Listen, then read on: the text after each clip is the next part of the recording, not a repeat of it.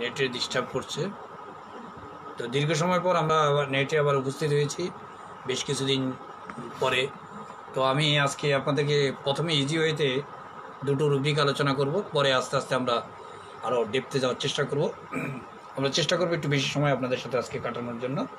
প্রথমে একটা রুব্রিক আপনি কমপ্লিট রেপার্টরিতে পাবেন। রুব্রিকটা হলো, সবাই ভালো করে শুনে নেন। হেড, ব্যাপার, as of, brain, hot, rising to top of head. রুব্রিকটা অনেক বড়, এখানে সিঙ্গেল বিপো। এটা অনেকটাই আপনাদের কাছে মনে হবে যেন ফিজিক্যাল রুব্রিক, কিন্তু এটাকে আপনারা অনেকটা ইমোশনালি ইউজ করতে পারবেন বা ফিজিক্যাল ধরে ইউজ করতে পারবেন বিপো। এরকম কেস আপনাদের কাছে অনেক আসে। ফিজিক্যাল দু একটা রুব্রিক মাঝে মাঝে আমি আপনাদেরকে বলি, এই জন্যই বলি যে অনেক সময় অনেকে ভাবে যে আমরা ফিজিক্যাল রুব্রিক একেবারে ছেড়ে দিয়েছি বা বাদ দিয়ে দিয়েছি, আসলে তা না। রুব্রিকটা আবার বলছি, হেড, ব্যাপার মানে গরম ভাব উঠতেছে, as of, brain, hot, rising to top of head. এই টপ অফ হেড থেকে মনে হয় যেন গরম ভাপার বেরোচ্ছে। এটা বিপো, একটাই সিঙ্গেল মেডিসিন, কমপ্লিট রেপার্টরিতে পাবে। এর সাথে রুগী এসে বলো যে এটা সহজ ব্যাপার, আমার মাথার উপর দিয়ে গরম ভাব বেরোচ্ছে, মনে হয় যেন মাথাটা ফেটে যাবে, এরকম কিছু একটা। এর সাথে যদি আপনি বিপোর মেইন যেই রুব্রিকটা, খুব কম ইউজ হয় বিপোর মেডিসিন, আমি সুবিধা মতো সময় আপনাদের সাথে বিপো শেয়ার করবো, ধীরে ধীরে শেয়ার করবো। Childish behaviour, body grow and only the body grow হয়েছে, বয়স দেখা গেছে যে আপনার 25 বছর, স্বাস্থ্য হেলদি, লম্বা চড়া, ফিগার একদম ঠিকঠাক আছে, কিন্তু তার যে ব্রেনের যে ম্যাচিউরিটি সেটা হয়নি। ম্যাচিউরিটি না হওয়ার কারণে সে এখনও চাইল্ডিশ রয়ে গেছে। চাইল্ডিশটা মানে কি, যে চিলড্রেন বা চাইল্ডের একটা টাইম আছে, একটা বয়স আছে, কিন্তু এই বয়সের পরে যদি কেউ চাইল্ডিশ আচরণ করে তখন এটাকে আমরা চাইল্ডিশ বলি না, তা না আমরা বলি চাইল্ডিশ বিহেভিয়ার। যে চিলড্রেন বলি না, চিলড্রেনের একটা নির্দিষ্ট টাইম বা এজ আছে, এই বয়সের পরে তাকে আমরা চিলড্রেন বলি না, ওই এজটার পরে আমরা তাকে অ্যাডাল্ট বলি। কিন্তু অ্যাডাল্ট হওয়ার পর আচরণ যদি তার চিলড্রেনের মতো করে তখন আমরা বলি তাকে চাইল্ডিশ, ঠিক আছে। বিপুর সবচেয়ে বড় প্রবলেম হলো বিপুর বুদ্ধিমত্তা খুব বেশি নেই, কিন্তু এটা সাধারণ মানুষের পক্ষে অ্যাজ এ হিউম্যান বিইং বা অ্যাজ এ মানে ইন জেনারেল পিপলের পক্ষে বিপোকে বোঝা, এই যে চাইল্ডিশ বিহেভিয়ার, এটা বোঝা খুব টাফ। কেন বোঝা টাফ? কেন সাধারণ মানুষ তো প্রত্যেকটা মানুষকে খুব ভালোভাবে, আমরা যেমন মানে প্রত্যেকটা মানুষের সাইকি অবজার্ভ করার চেষ্টা করি, সাধারণ মানুষ সেটা বুঝে না, এই জন্য তাদের কাছে নর্মাল পার্সন মনে হবে বিপো। কিন্তু বাট আমি একজন ডাক্তার, আমার কাছে কিন্তু তার অনেক আচরণ চাইল্ডিশ মনে হবে। যেমন ফর এক্সাম্পল, একটা ছোট্ট এক্সাম্পল দিই, তাহলে আপনারা বুঝতে পারবেন, এটা আপনাদের এই ফিল্ডে আপনারা অনেক ভালো ব্যবহার করতে পারবেন। যেমন একটা ছেলে, 25 বছরের একটা ছেলে কোনো মেয়েকে তার খুব লাইক করে বা পছন্দ করে, এখন দেখা গেলো যে সে লাইক করে স্বাভাবিক ব্যাপার, সে মেয়েটাকে হয়তো অনেক প্রথমবারে হয়তো দেখা গেলো যে অনেক ছেলেমেয়ের মধ্যে তাহলে ফিল্ডে মেয়েটা যাচ্ছে ধরাভাবে তাকে যে প্রপোজ করে, তা নিঃসন্দেহে এটা একটা, ওই মেয়েটা একটা বিব্রতকর অবস্থার মধ্যে পড়ে গেল, এবং সে তার সাথে ইচ্ছা থাকলেও তার সাথে রিয়াকশানটা খুব খারাপ একটা রিয়াকশান করলো, এবং এই যে বিপদ তখন সে মনে কষ্ট পেল। কারণটা হলো যে সে স্থানকাল পাত্র এটা বুঝে না, কোথায় কিভাবে কী ধরনের আচরণ করা দরকার, অত এটা এইভাবে না বলেও সে অন্য কোনোভাবে মানে একটা টাইম পিরিয়ড এবং নির্দিষ্ট পরিবেশ এনভায়রনমেন্ট দেখে সে তাকে তার মনের কথা বলতে পারতো, বা আস্তে আস্তে তার সাথে একটা রিলেশন তৈরি করতে পারতো, ইন্টিমেসি তৈরি করে তার সাথে এটা সে তার মনের অবস্থাটা ব্যক্ত করতে পারতো। সেটা না করে সে ডাইরেক্ট প্রকাশ করেছে। তো এই জন্য বুদ্ধিমত্তার যেই স্থানকাল পাত্রভেদে যে বুদ্ধিমত্তার প্রয়োজন বিপুর ক্ষেত্রে সেটা আমরা দেখি না। অনেকে এটাকে সাধারণভাবে দেখে, কিন্তু আপনি ফিজিশিয়ান হিসেবে আপনার কাছে এটা মনে হবে যেন, তো এই ধরনের পেশেন্ট হয়তো আপনার কাছে আসলেই এলিমেন্ট ফ্রম লাভ ডিসঅ্যাপয়েন্টমেন্ট। তো আপনি জিজ্ঞেস করলো যে লাভ ডিসঅ্যাপয়েন্টমেন্ট কেন, কীভাবে হলো? বললো ডাক্তার সাহেব আমি এরকম একটা মেয়েকে এরকম বলতে গিয়েছিলাম, সে মেয়েটা আমাকে উল্টা যা তা বললো এবং আমাকে একদম মারটার দেওয়ার মতো অবস্থা, তো এরপর থেকে আমার মনটা খারাপ হয়েছে। তো কীভাবে কী পরিবেশে বললো, তখন আপনার যে অ্যাপ্রোচটা এটা দেখে মনে হবে যেন আসলে সে তার অ্যাপ্রোচটা ঠিক ছিল না, অ্যাপ্রোচটা ছিল চাইল্ডিশ। এখান থেকে সে হয়তো দেখা গেলো যে কোনো একটা অসুস্থতা তার মধ্যে চলে আসলো, বা ওই যে সিনটা পেশেন্ট ভুলতে পারলো না, এটা আপনার জন্য পেশেন্ট অসুস্থতা যেটাই নিয়ে আসুক, কোন টাইম থেকে তার এই সমস্যাটা স্টার্ট হয়েছে এবং ওই টাইমে তার জীবনে এমন কোনো ঘটনা ইমোশনালি ব্রেকডাউন হয়েছে কিনা তার জীবনের কোনো ঘটনা, সেটাকে আমরা চেষ্টা করব উদ্ধার করার জন্য।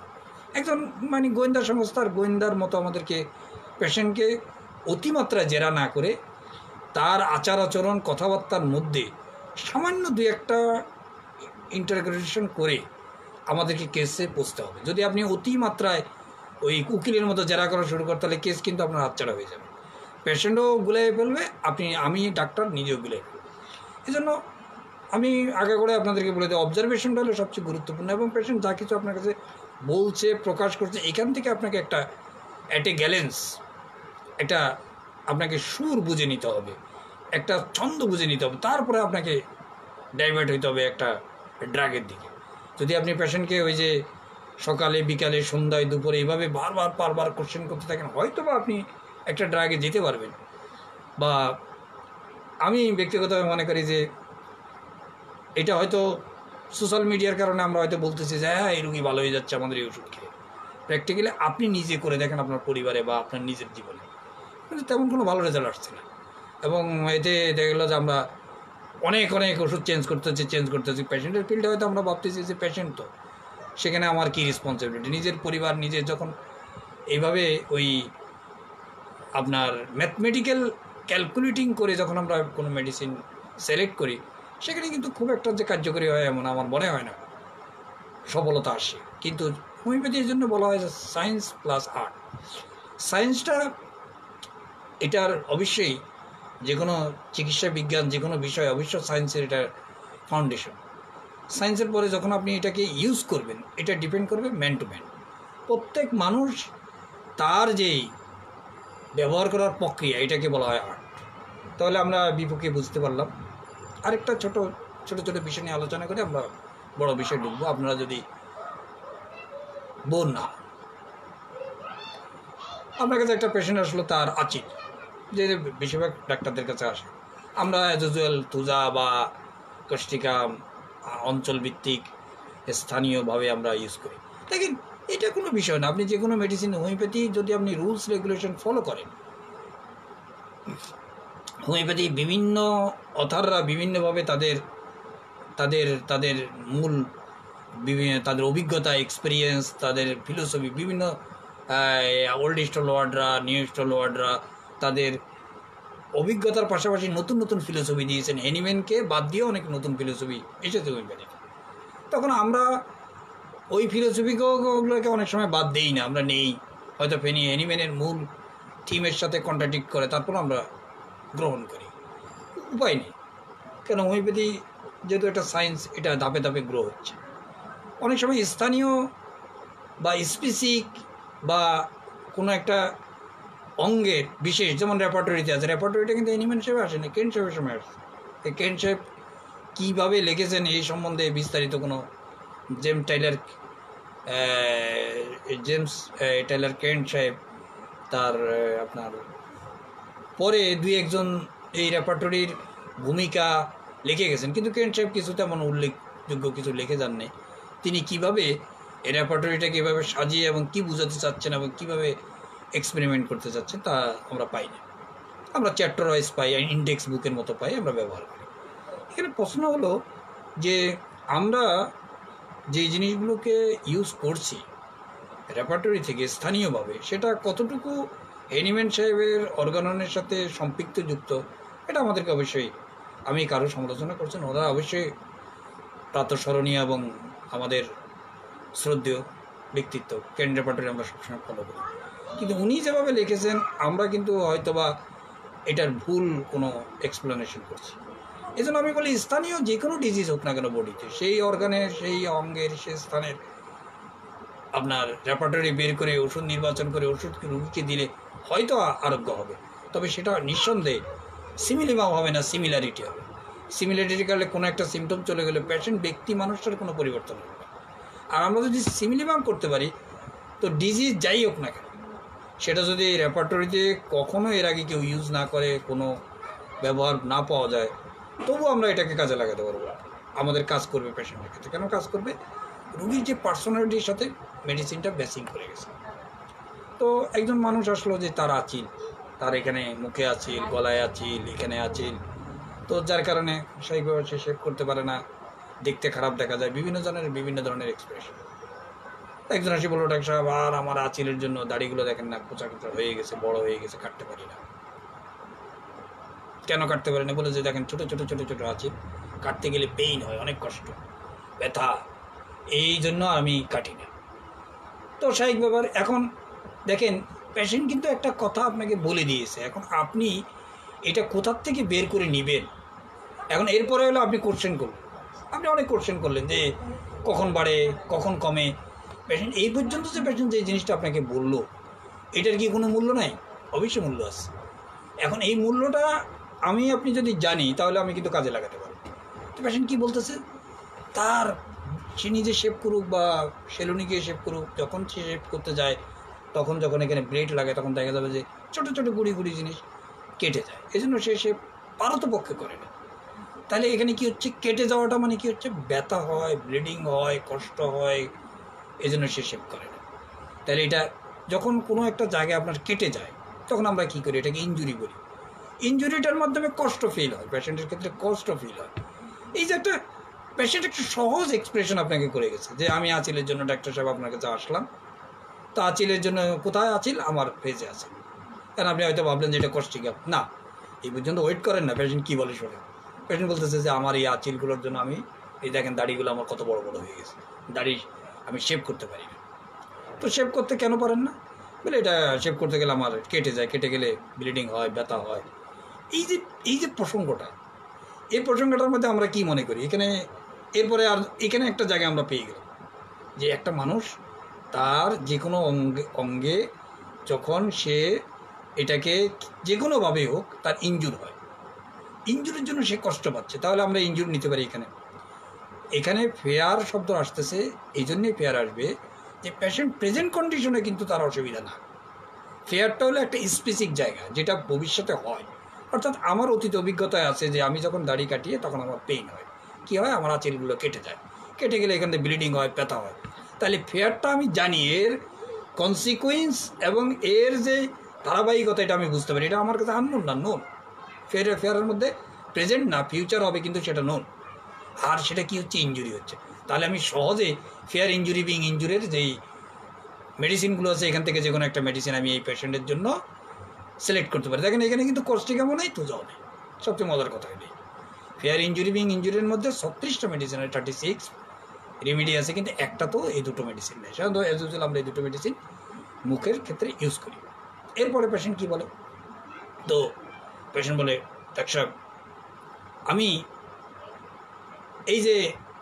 এই অবস্থায় আমি কিন্তু থেকে যাচ্ছি, এই অবস্থায়, এই যে দেখেন আমার দাড়িগুলো কেটে যাচ্ছে। সবাই বলে, এই পরিবারের লোকরা বলে, বন্ধুরা বলে, আরে কী রে তুই কি দেবদাস হয়ে গেলি নাকি বা কী হইলি, বলে আমি এটা মাথা কামাই না। তারা যদি আমাকে জোর করে বলে কাটার জন্য, তারপর আমি রাগ করি, কাটবো না, তো চুপ থাক।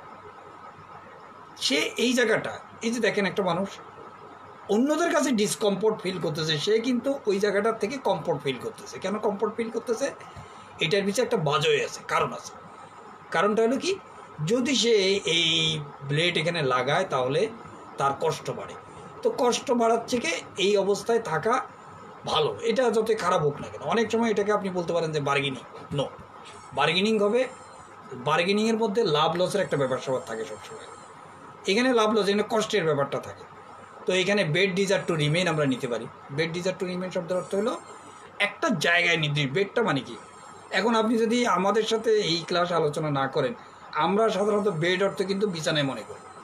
তো বেড বিছানায় তো স্লিপ চ্যাপ্টারে চলে যাবে, এখানে আসার দরকারটা কি? বেড মানে হলো এমন একটা জায়গা যেখানে সারাদিনের ক্লান্তি দূর হয়ে যায়।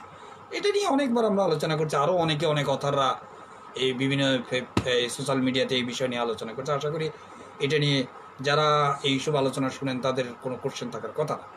বেড রিমেইন ডিজার, ইচ্ছা হয় রিমেইন, একই জায়গায় নির্দিষ্ট থাকার জন্য পুরো রুটিকটা পড়তে হবে, তারপরে কাজে লাগাতে হবে। অর্থাৎ বেডটা হলো আমি যে জায়গায় আছি ওইটাই আমার জন্য ঠিক আছে, এটা এধার ওধার হলে আমার কী হয়, অসুবিধা শুরু হয়। এবার অনেক পেশেন্ট সেরা স্যান্ডেল পরে ঘুরে বেড়ায়, আমরা হয়তো মনে করতে পারি ডায়াবেটিস, নো, এখানে অ্যাভারেজের হতে পারে, কিন্তু কারণ যখন আপনি দেখবেন পেশেন্ট বলে দেখেন ডাক্তার সাহেব এই ব্র্যান্ডের জুতা আমি সবসময় কমফর্ট ফিল করি, কিন্তু এই ব্র্যান্ডের জুতা এখন আমি বাজারে পাই না, এই জন্য এটা দিয়ে জোড়াতালি দিয়ে চলছে। অথবা নতুন জুতা কিনতে গেলে আমার কষ্ট হয়, তো আমার এই পাটা ছিঁড়ে যায়, তখন আমি এইটি দিয়ে যতদিন চালানো যায় এটা তার জন্য বেড। অর্থাৎ যে জায়গাটায় পেশেন্ট কমফোর্ট ফিল করে, যেখানে ওই কমফোর্টটা এই জন্যই ফিল করে যে এটার এদিক ওদিক হলে তার কষ্ট বাড়ে, তাহলে আমরা এখানে bed desire to remain desire to এবং ফেয়ার ইঞ্জুরি বিং ইঞ্জুর করাতে আমাদের মেডিসিন কমে নিয়ে চলে আসলো 9টা। এরপরে আরও যদি পেশেন্ট আপনাকে বলে যে আপনার যখন পরিবারের লোকরা বা আপনার কোনো বন্ধু বা আপনার নিয়ারেস্ট ফ্রেন্ড অথবা হাজব্যান্ড ওয়াইফ হতে পারে, কী বলে ওয়াইফ হতে পারে, হাজব্যান্ডের ক্ষেত্রে ওয়াইফ হতে পারে, বিবাহিত লোক হলে, আর অবিবাহিত হলে তার গার্লফ্রেন্ড হতে পারে, যদি কেউ বলে যে তুমি শেভ করতেছো না, তাই জোর করে যখন আমাকে শেভ করতে বলে তখন বলছে না আমি করবো না। এটা হলো কোনো জিনিস, কোনো অথরিটি মানতে কি কেউ এখানে অথরিটি বলতে আমরা অনেক সময় বলি যে টিচার, প্রেসিডেন্ট, তারপরে কোনো কর্তা ব্যক্তি, এটাও না। আপনার উপরে শক্তি প্রয়োগ করতে পারে, আপনাকে নির্দেশ দিতে পারে এমন যে কোনো ব্যক্তি অথরিটি হতে পারে। যেমন মনে করেন যে হাজব্যান্ড এবং ওয়াইফ হাজব্যান্ড এই দুজনেই একজন একজনের অথরিটি হতে পারে, কেন একজন একজনকে নির্দেশ বা কোনো কাজ করার জন্য বলতে পারে এবং সে আরেকজন ফলো করে, বা এটাকে সে করবে না, যখনই করবে না তাকে উপর কেউ বলে, টিচার হতে পারে অথবা দেখা গেলো তার বাবা হতে পারে। অথরিটি যেখানে আসবে, যে আপনাকে নির্দেশ বা আমাকে নির্দেশ দিচ্ছে কোনো একটা ঘটনা, কোনো একটা বিষয়ের সাথে আমাকে সম্পৃক্ত হওয়ার জন্য, যখন আমি সেটা করি না বা আমি করতে মানে অবাধ্য হয়ে না করার জন্য, তখন আমরা বলবো ডিফাইন। অর্থাৎ কেউ এখানে আরেকটা রুব্রিক হলো সবাই তাকে বলে কিন্তু সে বলে যে না আমি এটা করবো, তাহলে আমরা এখানে ডিফারেন্ট নিতে পারি ডি। দেখেন রুব্রিকগুলো যদি একটু চিন্তা করি আর রুব্রিকগুলো সম্বন্ধে যদি আমাদের একটু ধারণা থাকে, তাহলে কিন্তু পটাপট একটা মেডিসিনে আমরা চলে যেতে পারবো। আমার সবচেয়ে মজার কথা হলো যখন আপনি এইভাবে পেশেন্টের চিন্তা চেতনা নিয়ে আপনি ওষুধ প্রয়োগ করবেন, আপনি প্রয়োগ করে দেখেন এক্সেলেন্ট রেজাল্ট আসবে। দুটো মেডিসিন চলে আসবে, একটা হলো রুটা, একটা হলো সিপিএ। তাহলে আমরা যারা রুটো এবং সিপিএর সম্বন্ধে ধারণা আছে তারা অবশ্যই এখানে পার্থক্য করে বলতে পারে। তো রুটার যেটা হলো, রুটা হইতেছে রুটা ডিলেশনের মধ্যে সবচেয়ে সুন্দর একটা রুব্রিক আছে, যেটা একসময় চায়না একা ছিল, ডিলেশন হিন্ডার্ড হিজ। এটা তার জীবনের জন্য বড় বাধা। অর্থাৎ তার চলার পথে একটা আঁচিল একটা মানুষের যদি মুখের মধ্যে হয়, সেটা তার জীবনের জন্য কত বাধা আপনি চিন্তা করেন। সেখানে সে শেভ করতে পারে না, তার নর্মালি তার যে ফেসের যে সৌন্দর্যটা নষ্ট হয়ে যায়, আশপাশের লোকদের কাছ থেকে ইয়াং একটা ছেলে বিভিন্ন ধরনের কথা শুনতে হয়। তাহলে এই যে এটা তার জন্য একটা ডিলেশন হিন্ডার্ড হিজ, এটা রুব্রিক আপনি যদি নেন তাহলে রুটা একবার আসবে। সিপিআর যদি আপনি মনে করেন, সিপিআর সবসময় কী হয়, সে তার ডোমেস্টিক, অর্থাৎ এখানে ডোমেস্টিক শব্দের অর্থ পুরুষ মানুষের ক্ষেত্রে কীভাবে আপনি ডোমেস্টিক হবে, অর্থাৎ যে কাজটা তার নিত্যদিন সে যেটা করে, যেটা তার অরিজিনাল কাজ, এই কাজ এটা একটা বাধা সৃষ্টি করে। অর্থাৎ দেখা গেলো যে অফিসে একজন পুরুষ মানুষ যদি হয়, মেল পার্সন যদি হয়, তাহলে সে দেখা গেলো অফিসে গেলে বিভিন্ন রকমের সমস্যা হয়। কেননা প্রাইভেট অফিসে ডেকোরাম একটা জরুরি জিনিস, সেখানে দেখা যাবে যে তার খোঁচা দাড়ি কিন্তু কাটতে পারে না, কাটলে গেলে এখানে ব্যথা করে। যেখানে প্রতিদিন শেভ করে অফিসে যাওয়া দরকার, সেখানে দেখা গেলো 1 সপ্তাহ 15 দিন পর শেভ করে সে। এটা তার পেশাগত জীবনের জন্য বড় জরুরি। এজন্য বিজনেস তার জন্য বিজনেস ইনক্যাপাসিটি, এর ক্ষেত্রে আমরা সিপিআইকে ব্যবহার করতে পারি।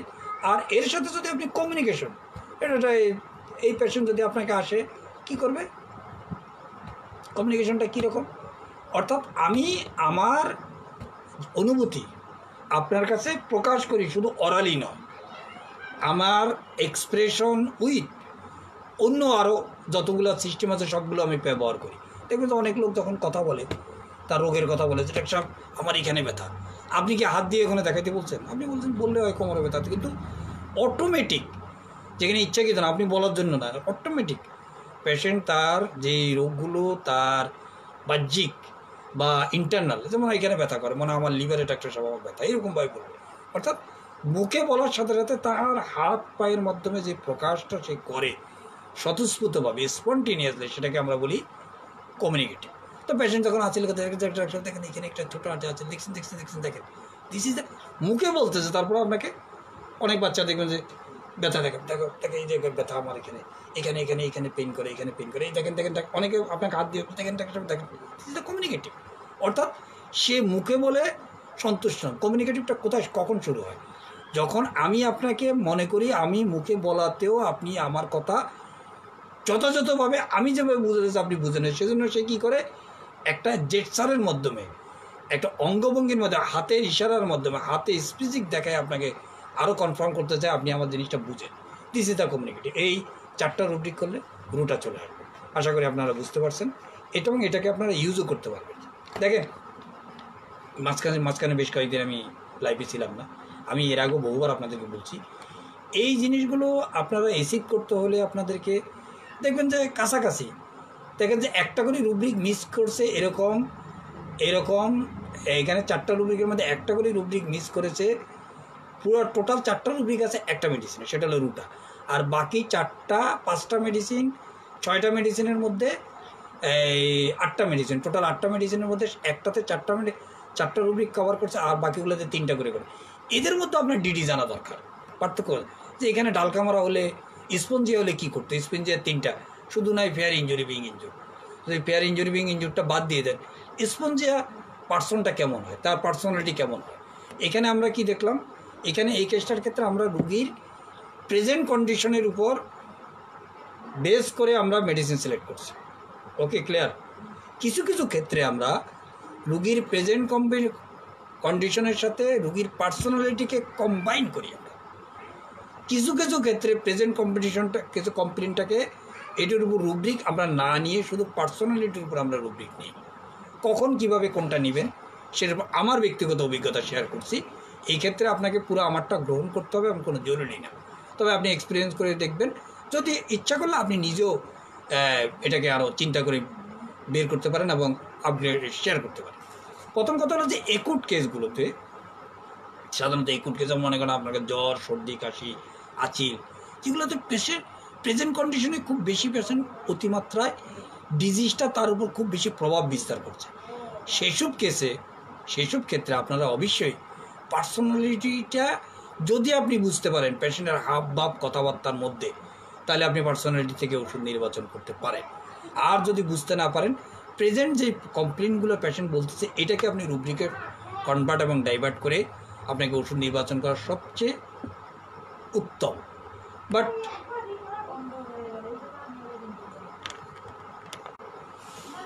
হ্যাঁ, যেটা বলছিলাম যে এই যে যখন আপনি পার্সোনালিটিতে বুঝতে পারবেন যে কোনো ব্যক্তির, তাহলে ব্যক্তি মানুষটার মধ্যে অনেক পরিবর্তন আসবে। যেখানে আপনি পার্সোনালিটি বুঝতে পারবেন না, সেক্ষেত্রে প্রেজেন্ট কন্ডিশনের উপর ওষুধ নির্বাচন করবেন। অনেক ক্ষেত্রে পার্সোনালিটি এবং প্রেজেন্ট কন্ডিশন দুটো অটোমেটিক ম্যাচিং হয়ে যায়, সেক্ষেত্রে আরও আপনার জন্য কল্যাণ। এই এলো মোটামুটি আমাদের আলোচনা। এরপরে আমরা যাই অন্য জায়গায়, সেটা হলো একটা কেস বলি আপনাকে। দেখেন মেডিসিন কিন্তু নতুন কিছুই নেই। আপনি যদি বলেন যে নতুন নতুন ড্রাগ আমাদেরকে পড়ান, পুরনো ড্রাগেই নতুনভাবে শেখা, নতুন, আমি প্রথমে শুরু করে বলছিলাম যে নতুন অ্যাসপেক্ট শেখা। প্রত্যেকটা মেডিসিনের এত বেশি ডোর উইন্ডো, মানে এন্ট্রি করার জায়গা, সেখানে আমরা কিভাবে ওষুধটাকে চিনব, সেটাকে বুঝবো, অবশ্যই এইটাই হলো শেয়ারিংয়ের জায়গা। তো একটা কেস বলি আপনাদেরকে, ছোট কেস, সেটা হলো কমন মেডিসিন, এটা আপনারা জানেন, কিন্তু এর মধ্যে 2-4টা জায়গা একেবারে নিউ।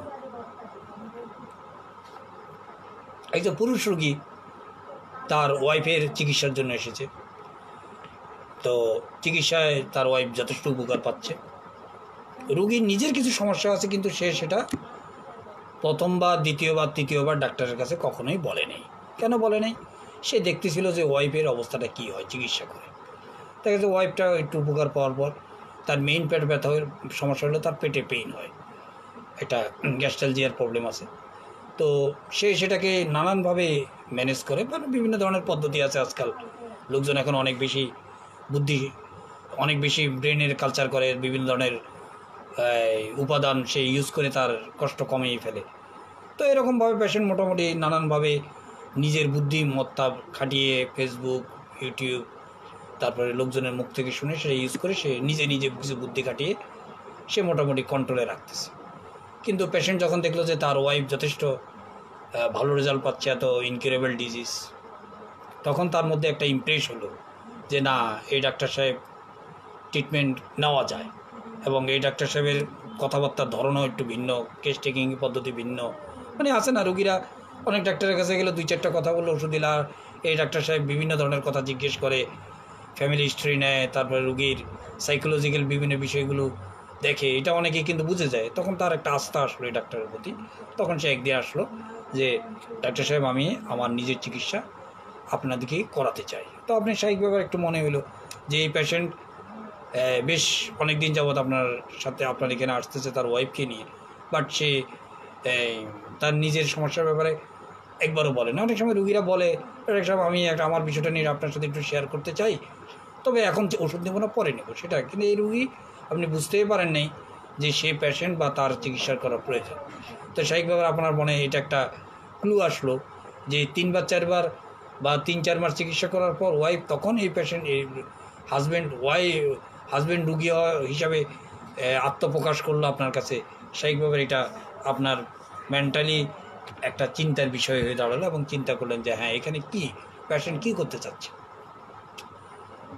এর কারণটা হলো, তাকে যদি আপনি জিজ্ঞেস করেন বা পেশেন্ট নিজেই উইলিংলি বলে যে সব আমি আমার চিকিৎসার ব্যাপারে কারোর সাথে সহজেই খোলামেলাভাবে শেয়ার করি না এবং বলি না। কেন বলেন না? যে তার মনের মধ্যে একটা ভয় কাজ করে, একটা ফিলিংস কাজ করে যে ওই ব্যক্তি বা ওই মানুষটা তাকে বিট্রে করতে পারে, ওই ব্যক্তি বা ওই মানুষটা তাকে বিট্রে করতে পারে। অর্থাৎ আপনারা জানেন এই কেসটা হায়োসের কেস, আপনারা হায়োস খুব ভালো করে জানেন। এবং বর্তমান সময়ে আমাদের সমাজ ব্যবস্থা কিন্তু হায়োসের পেশেন্ট অনেক বেশি। কেন বেশি জানেন? মানুষের মধ্যে এখন অনেক বেশি ফেথনেস চলে আসছে, ডিসিটফুল একটা টেন্ডেন্সি যে কেউ তাকে ডিসিট করবে, এই টেন্ডেন্সি তাদের প্রায় মানুষের মধ্যে চলে আসছে।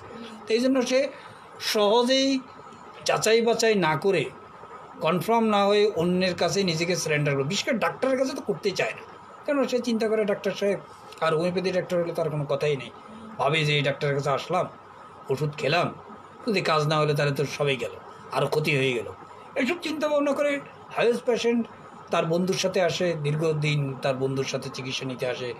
যদি আপনি তার সমস্যার কথা, সে কখনোই আপনাকে বলবে না। যখন সে একদম 100% তার মেন্টালির দিক থেকে 100% কনফার্ম হবে যে না, এই ডাক্তার সাহেবের কাছে এখন শেয়ার করা যায়, যখন সে তার ফিলিংয়ের মধ্যে থাকবে, যতক্ষণ পর্যন্ত বিট্রে হওয়ার একটা ফিলিংস যতক্ষণ পর্যন্ত থাকবে, তত সময় পর্যন্ত ওই ব্যক্তি, হায়োস পেশেন্ট, কখনোই কারোর সাথে তার বিষয়গুলো শেয়ার করবে না, সেটা মেডিকেল হোক আর নন মেডিকেল পার্সন হোক।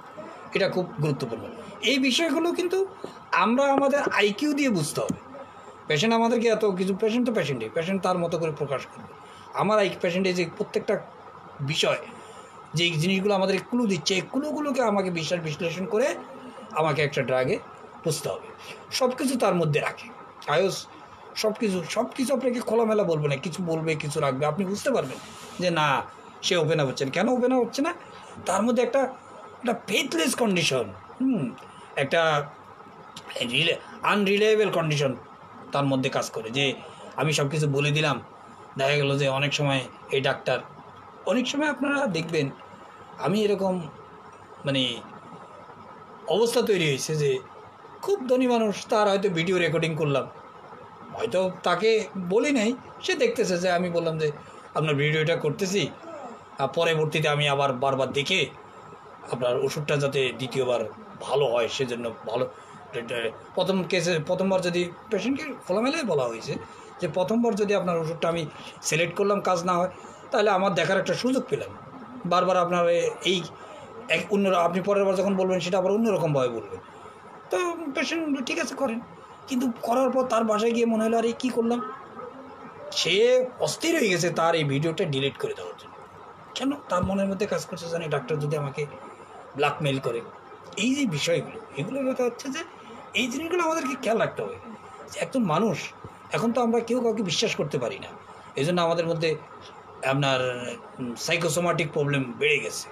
যে একটা আপনার রিলায়েবিলিটি কমে গেছে, যে কোনো কারণে হোক, আমাদের মধ্যে মেন্টাল স্ট্রেস বেড়ে গেছে, একে অন্যকে সাসপিসিয়াসনেস বেড়ে গেছে, এই জন্য এই মেডিসিনগুলোর প্রভাব অনেক বেশি। তাহলে সে কি করে, কাউকে তার বিষয়গুলো রিভিল করতে চায় না। যদি এমন রিলায়েবল পারসন পায়, এমনকি তার ডিজিজের ব্যাপারে, ডিজিজ মনে করে যে ডাক্তারকে যদি আমি বলি, ডাক্তার হয়তো দেখা গেলো যে এই বিষয়গুলো হয়তো অন্য কারোর সাথে শেয়ার করবে, ডাক্তার আমার পরিচিত বা ডাক্তারের সাথে প্রতিদিন দেখা হয়, ওই লোকগুলোর সাথে আমারও তো দেখা হয়, বললো যে ওই দেখছেন না লোকটা, ওই লোকটার এই রোগ এরকম করেছে। এই বিষয়গুলো খুব সচেতন থাকে এরা, এই জন্য এরা অনেকটা সচেতন থাকার পরও অনেক সময় এরা বিট্টে যাতে না হয় এই জন্য খুব সব সচেতন, তারপরে তারা কিন্তু বিট্টে হয়ে যায়। কেন, মানুষ তো সবসময় এতটা সচেতন থাকতে পারে না। আজকাল অনেক সময় রোগীরা বলবে যে ডাক্তার সব, আজকাল তো ডাক্তাররা সব লুটেরা, আজকাল ডাক্তাররা সব খেয়াল খুশি মতো ডাক্তারি করে, রুগীর যেটা এখানে ওষুধ দরকার একটা সেখানে 5টা লেখে, কোম্পানির কাছে দায়বদ্ধ। হোমিওপ্যাথি ডাক্তাররা তো আজকাল 1 ফোঁটা ওষুধ দিয়ে এত টাকা নেয়। এইভাবে বিভিন্ন ধরনের অপশনগুলো, মানে অন্য লোকদের যারা সমাজের ক্ষতি করতেছে, সেই পেশারই হোক, তো মেডিকেল লাইনের লোকদের কথা সে বলবে যে এই হচ্ছে। এই জন্য বিষয়গুলোর ব্যাপারে সে খুব সচেতন, যাতে তার বিষয়টা যাতে সে যত কোনোভাবেই অন্যের কাছে ক্ষতিগ্রস্ত না হয়। সব জায়গায় ধোঁকা চলছে ডাক্তার সাহেব, সব জায়গায় ধোঁকা। এই প্রসঙ্গটা হয়তো তার বিষয় না বলে কোনো না কোনো আলোচনা প্রসঙ্গে আসলে সে বলে ফেলবে যে দেশেরও ধোঁকা, বাজারে ধোঁকা, চলতে ধোঁকা, সব জায়গার মধ্যে মানুষকে একজনকে। কেন, আপনি চিকিৎসা করতে আসছেন, ওষুধ নেবেন, সেখানে আপনি রোগ এবং রোগীর কথা বলবেন। যখন উইলিংলি কেউ ধোঁকার বিষয় নিয়ে যায়, তখন বুঝতে হবে যে সে ইনডাইরেক্টলি বোঝাতে চাচ্ছে যে ডাক্তারও সঠিক না, ডাক্তারও রোগীকে ধোঁকা দেয়, এবং আমি যেন আপনার কাছে ধোঁকার সম্মুখীন না হই, আমি যেন প্রতারণার সম্মুখীন না হই। এটাকে ইনডাইরেক্টলি বাজার দিয়ে নিয়ে যাবে। কাপড় কেনার সময় ধোঁকা পেয়েছে, দোকানদার বলছে এটা সুতি, বাসায় আসি দেখে টেরিকটন, এরকম আর কি।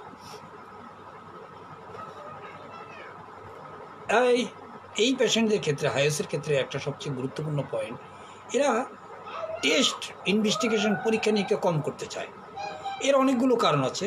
এই অনেকগুলো কারণের মধ্যে একটা কারণ হলো সে ভাবে যে আমি যদি ডাক্তার পরীক্ষা করতে দিয়েছে, নিঃসন্দেহে ডাক্তার এখানে টেস্টের একটা বেনিফিট পাবে, অথবা প্রয়োজনের চেয়ে বেশি টেস্ট দিচ্ছে, সেখানে হ্যারেস হচ্ছে।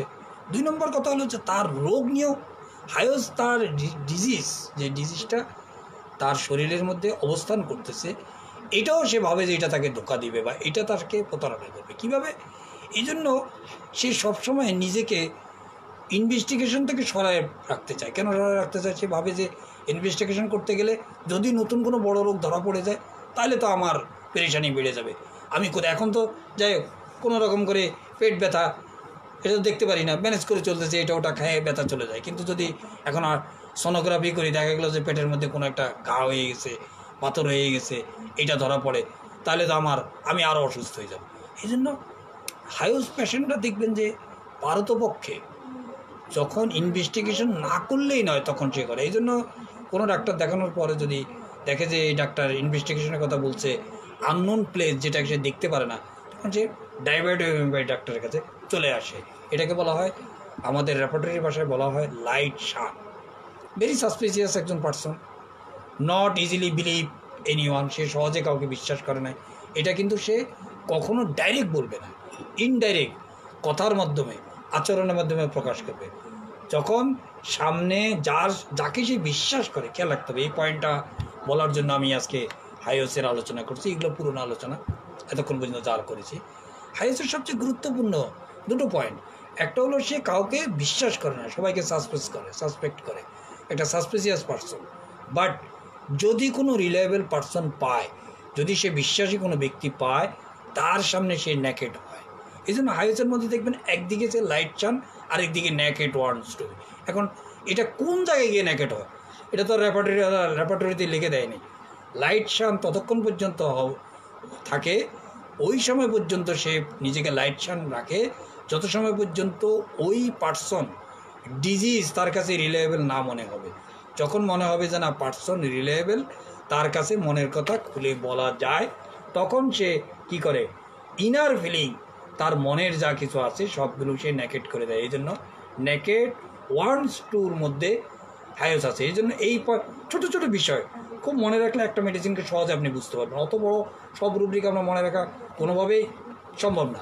এই জন্য হাইয়েস্ট পেশেন্টের আচার আচরণ, একজন মানুষের মধ্যে দেখবেন সে খুব সাসপেসিয়াস, সবার সাথে আলোচনা করে না, আপনি তার আচরণের মধ্যে এটা দেখবেন। আবার দেখবেন যে সে সব কিছু বলে দিচ্ছে আপনার কাছে, তা আপনি তখন আপনার কাছে মনে হবে যে আসলে ব্যক্তিটা কেমন, যে তার এলাকায় কি হোমিওপ্যাথি ডাক্তার নেই, নিঃসন্দেহে আছে, সে ওটা বাদ দিয়ে আপনার কাছে এখানে আসলো কেন?